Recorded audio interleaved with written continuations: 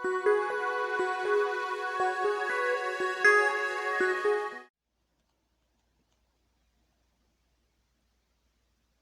everyone, this is Gail from Gail Julie Makes, and I'm here with my first ever video for the Lavinia World channel. I'm so excited to be here.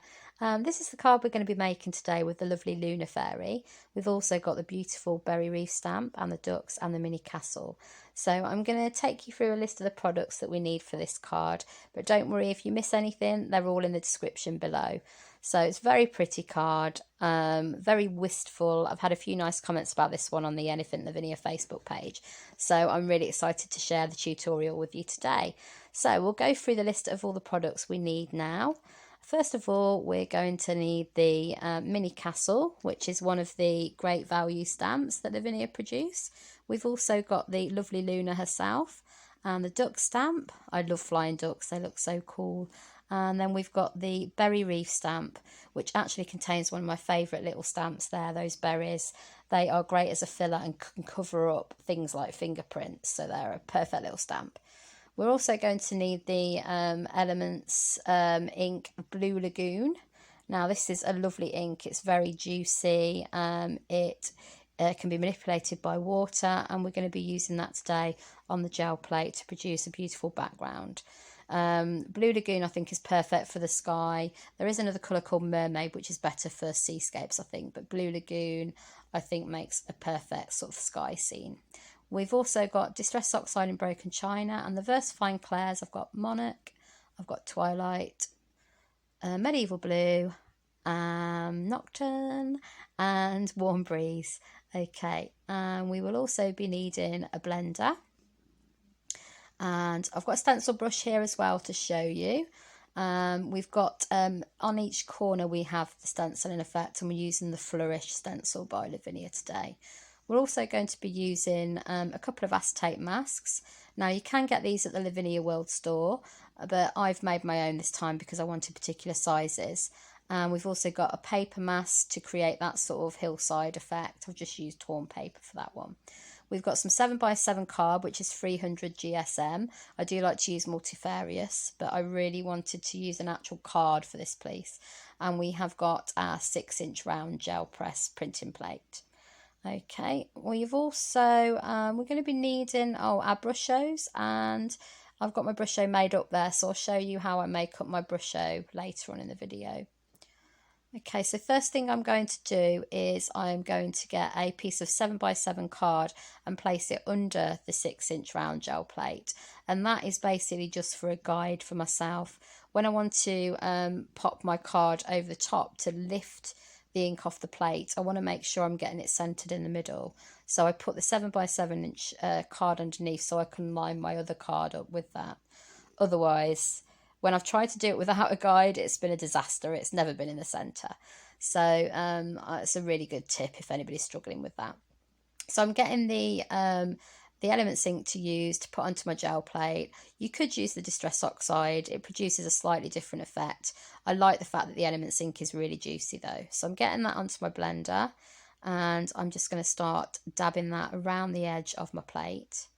Now, obviously, when we're dabbing around the edge of our plate with the ink, it means that we're going to get an edge in that is very defined. If you don't want a defined edge, don't go right up to the edge of your plate. So the more ink you've got on your blender as well, the deeper the colour's going to be. So you can see now I'm naturally leaving a bit of a gap in the middle. This is to provide a little bit of a space for our moon, or it might be a sunshine in your picture, sun in your picture. So what I'm going to do is I'm just dabbing off now on my plastic matting, so I've got a colour on the whole plate, but this middle area is a lot lighter, so it's going to provide us that perfect space for the moon. And I'm just going around a little bit around the edges just to get that defined area a little bit more. You can also produce a nice watercolour with this Elements ink actually. I've got a little bit left over in the lid there. If you to add water with a paintbrush, it would be like a watercolour, and you can use that on some of your stamps to bring out the coloration a little bit more. It works really well. So now I've got my fan brush and I'm just flicking water droplets on there. It's not brush show, it's just water. So if you want small droplets, you can tap off your brush on your water container. That will give you smaller droplets because you've not got as much water on your brush. If you want more water on there and bigger drops, then don't tap it off. So I'm just covering all of my plate there because I want that nice sort of like splurgy effect all over. Okay, and now I'm going to get my 7x7" card and I'm going to place that on top. Oh, I'm just checking what it came, just showing you what it came out like on the original. And then I am going to place it over the top, lining it up with that card underneath, remember. So we want to make sure it's straight, just straightening it up. And then we're placing it, and we're going to give it a really gentle rub. And then we'll see what we get as a result when we peel it off. I always love this part. So exciting, you don't know what you're going to get. And there we go, lovely colour. We've got a little bit of ink that I'm just rubbing in there because it's just still a bit damp. And there we go, slightly different coloration. This one seems a bit darker, but that's fine. And what I'm going to do is make sure I go and dry that now so we get ready to stamp. But beautiful colour, and we'll see what it looks like when it's dry. Okay, we're back and we're dry. Looks really nice. I'm really pleased with this. I've got that lighter area in the middle there that we wanted. It's just to show you what this ink can do, really. That is literally just the one ink and some water droplets, and look at all the depth that we've got on that picture just by flicking a few drops of water on there. Beautiful. While I was off camera as well, I decided to do a bit of a mop up for my gel plate. So this is the result. So just basically placed another sheet of card on top rather than wiping the excess ink off with paper towel. Gives a really nice effect, so never waste anything. You can use that for a card. So I'm happy that I've got that lighter area in the middle. I think this has dried really well, and we're ready to start our stenciling all the way around the edge. So I'm going to be using the Flourish stencil for this area around the edge here.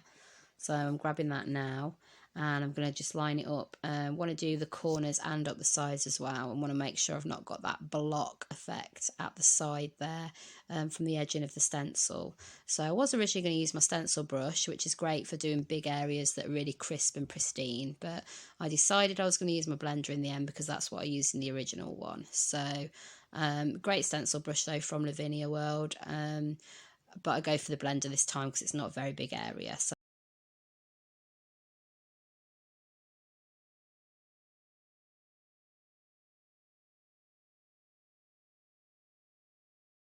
I will show you my stencil technique now. So I'm getting some Distress Oxide on my blender, and I'm just dabbing a bit off onto the plastic sheeting, and then I'm going to go in from the edges over my stencil. Now there will be you know, some areas that are darker than others. That's absolutely fine. I think that's to the beauty. What I'm doing here is I'm not going all the way up to the edge of the circle because I want to make sure that I've got room to put some pure colour around there that I can then manipulate with water. So I'm just going to go around the edge and up the sides there and leave that gap. So what I'll do is I will speed this up for you in a second. Another thing I wanted to mention quickly was that manipulate your stencil. So what I did was I was looking for the direction of the buds and the leaves and wanted to make sure it looked like it was creeping around the edge. So sometimes I will move my stencil around to get that effect, or turn it the opposite way round. So just have a look at your stencil and see how you can manipulate it.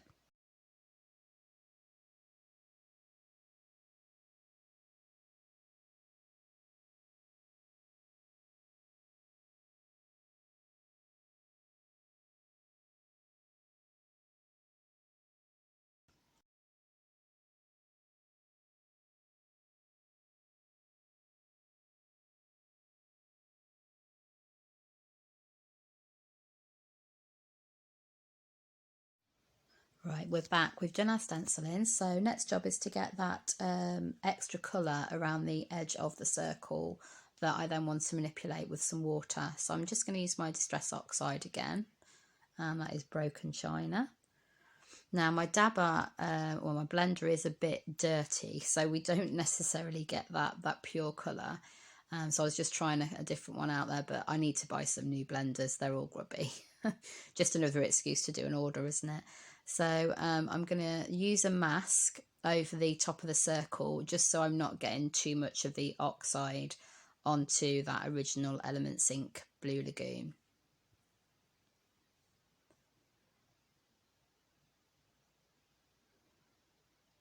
So I'm just giving it a rub around the edge.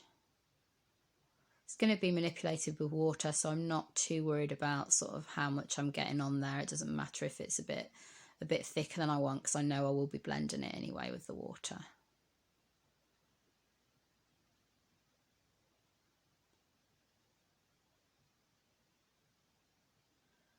Just pointing out there that I've gone over, well, I've got a little white area I'm going to cover there. If you do go over a little bit with the oxide, it's not a problem, because you will be using more inks on your circle, well, your main sort of focus in the middle anyway, so you can cover up any areas you're not 100% happy with.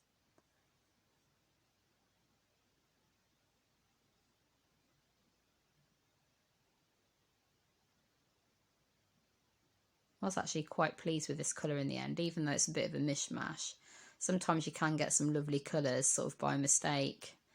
So, you know, just go with the flow on these things. It doesn't matter if it's not the exact colour that you thought it was when you were, you know, picking it from your ink selection.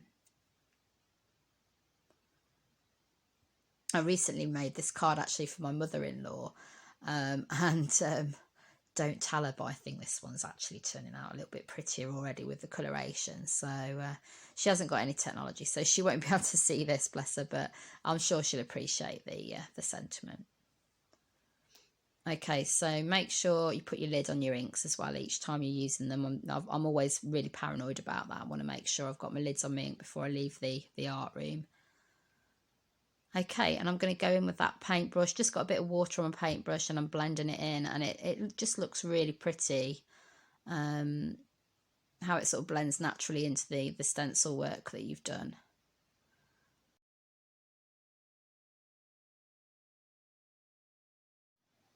Okay, so that's dry now. So I've started on the stamping. So I've got Luna on my clear block and I'm using Nocturne to ink her up. Now this stamp is a little bit sticky from me not cleaning it properly, so it's my own fault, but I do put extra ink on there just to make sure that I'm going to get a clear print. I don't expect to get a completely clear print. I haven't done with this one recently, but I have got a way to fix it if needed. So don't worry, I'll show you that method in a minute. So I'm just going to try and line it up correctly. So I'm checking my original picture here and just thinking, just making sure I know where I'm popping my branch, the edge of my branch. So I'm making sure everything is in the circle, including the wings. Just lining it up. And then because we have got things on our card, like the Elements Ink and the water, when I press it down, I will hold it there for a few seconds just to let the ink sink in. So, you know, just give it a bit of time. Doesn't need long, but it just helps it out that bit more. She really is a beautiful stamp. I haven't actually got many of the fairies, but out of the ones I do have, she's definitely my favourite. So if you haven't already got Luna, I think she's going to have to be one on your wish list. Don't forget, all the links to Lavinia World for these products will be down below as well. So if you ever need those extra, you know, those extra hauls, you know where to go. Okay, so pressing her down. Main areas I want to focus on are, I definitely want the wings to be captured correctly, and like the areas around the edge of her face, because they are really tricky to fill in if you need to. So I've just been pressing down on those a little bit more than some of the other areas as well. So we'll pull it off and we'll see what we get. Fingers crossed. Please, please, please let the wings come out.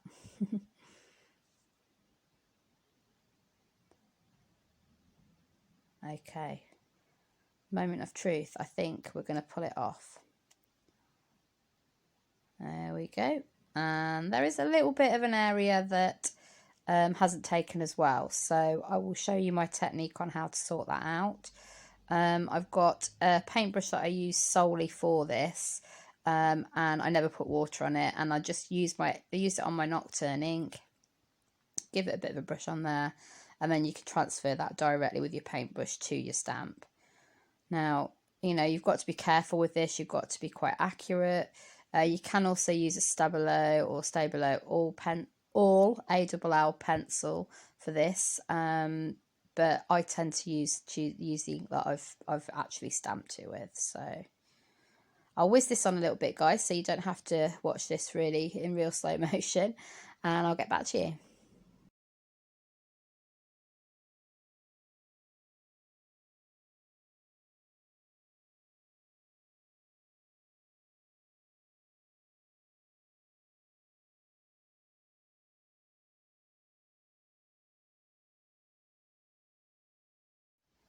Okay, so now we're going to think about how we do the moon.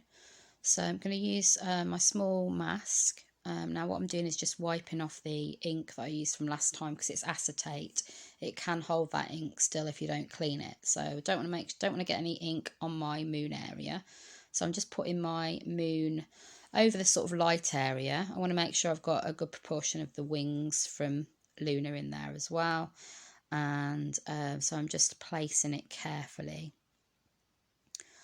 Now, for this particular piece, I'm going to be using my blender and my Monarch versifying Clair.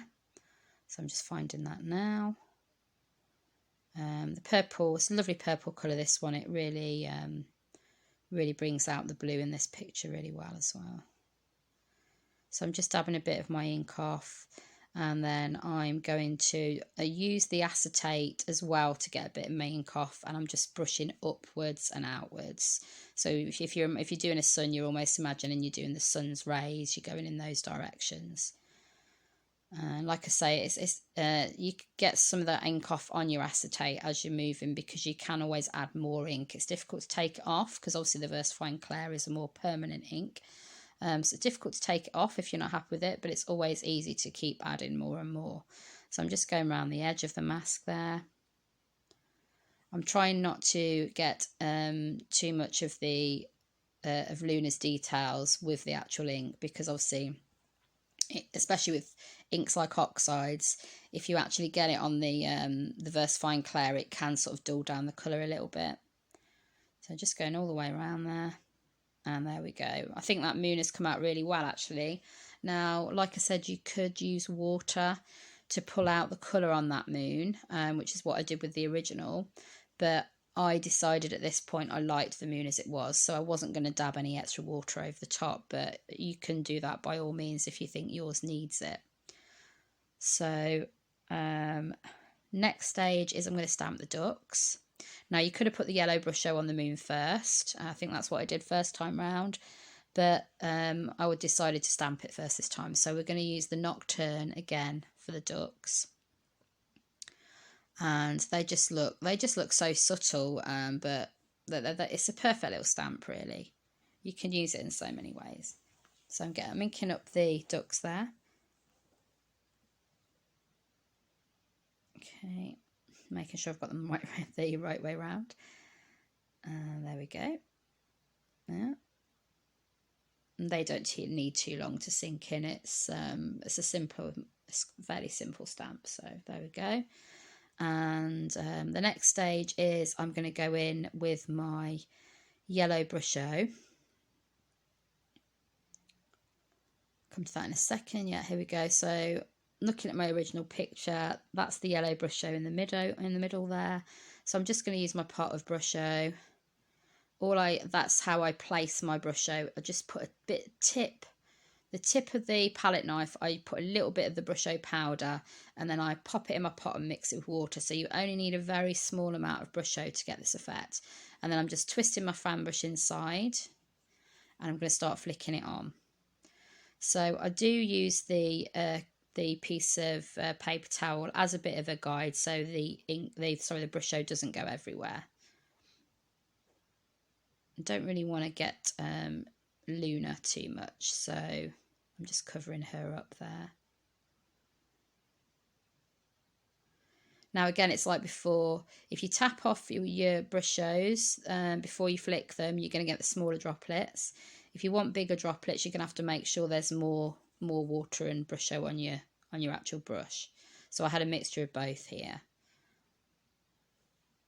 And what you can do with this is if you dab at the brusho with your paper towel, you will get a lighter effect with your brusho. If you leave it to dry naturally, it will produce that sort of darker yellow that we can see in the picture now. So you can see the top part I've dabbed off, looks very light. I wanted to retain some of those darker colours, so I'll go in, I'll heat set it, and it will be darker. And there's our finished result with the brusho. It's all dry now, so we're ready to continue our stamping. Okay, so next stamp I'm going to use is my mini castle. Such a pretty stamp, this one. What I tend to do is kind of build it up, so I'm not just using that one print. I'll print again next to it to make it form into a bigger castle, as you can see here. I will also use second generation inks. That will involve me stamping off the ink I've got to give you that lighter colour. Then it looks like the spires of the castle are disappearing into the background. So I think this one up in Twilight, and I'm just doing my first stamp there. And then I'm inking up again, and what I'm going to do is rub off the side section so I can just use one element of the stamp to extend my original stamping. So it's looking like it's a bigger castle. Then I'm going to ink up again. I'm going to stamp off this time and do second generation stamps, so our spires look like they're disappearing into the background.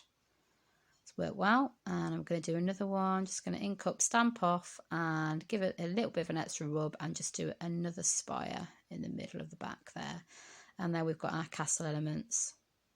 Just another bit there, and I'm not worried about the fact that I've got gaps at the bottom, because I'm going to use my mask to join them all together. So we're going to use Twilight again on our blender, and I'm actually bringing the blender down from the mask to give us a crisp line.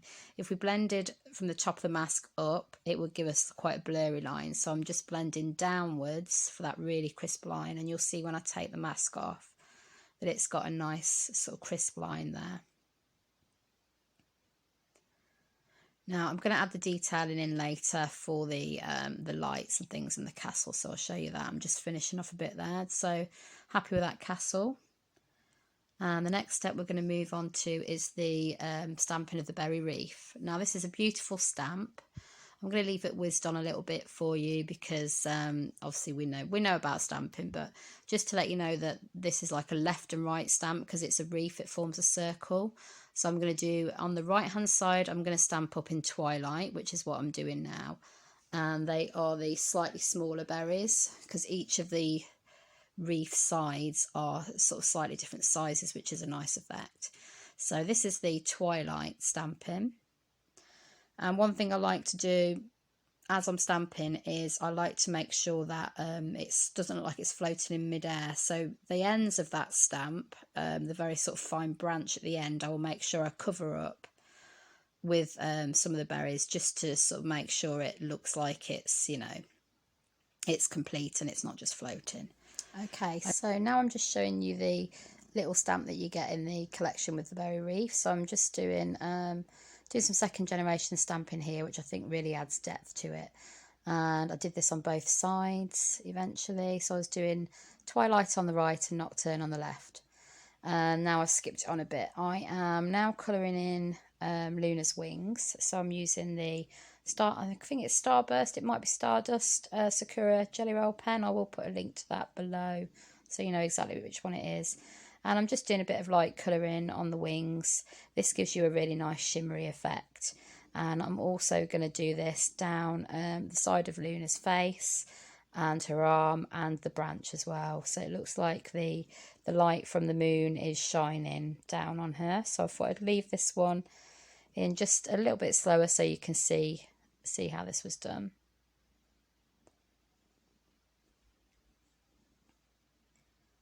And if you can hear a noise in the background, that is my cat purring. She's just snuck into the room, so I think she's been missing me. Okay, and I'll just try and show you that in the light. There we go, you can just about see that. So it doesn't look like much when you're doing it, but it does produce a really nice shimmery effect. Okay, next job then is to add the detail into the castle windows. So I'm using the white Sakura Jelly Roll pen now, and what I'm doing is I'm going to find my acetate from my stamp, and I'm going to use that as a guide to see where the lights naturally fall.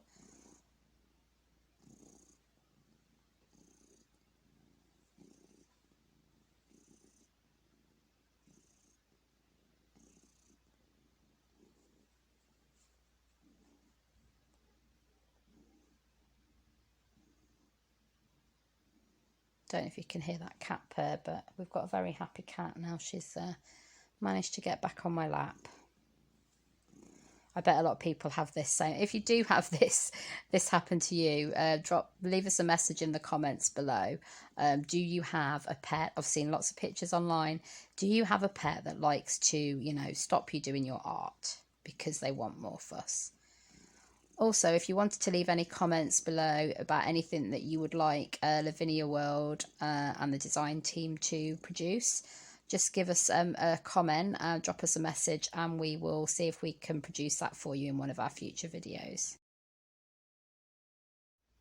Right, I'm happy with the castle now then. I feel like this is finished. Apart from the edging, we need to just put some versifying clay around the edge, and I am going to use Nocturne for this. Just feel like it draws the attention into the centre a little bit by having that border, basically. So I'm going to use Nocturne. You might pick a different colour. It would work just as well, I think, with Twilight or maybe Warm Breeze or Medieval Blues, personal choice. And I'm just going in from the edges, just blending in really gently and not taking it too far out into the picture.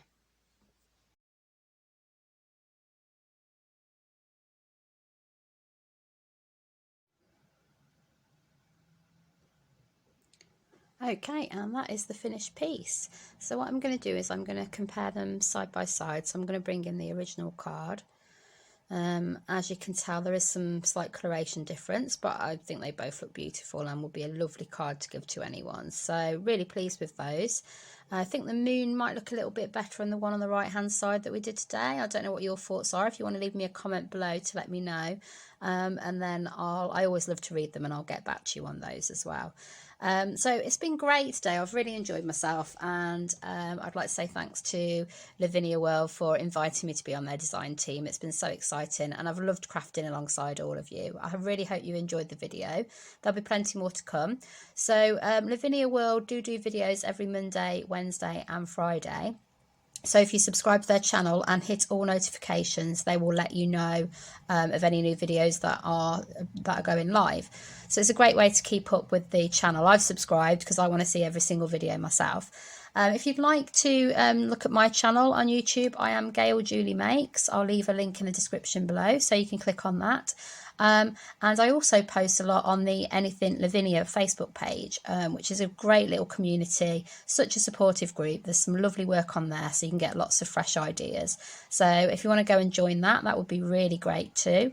So as I mentioned, all the links are in the description below, and I really do hope that you've enjoyed your time here today, and I hope you get some crafting time, and just wanted to say thanks again. Take care everyone, and I'll see you soon.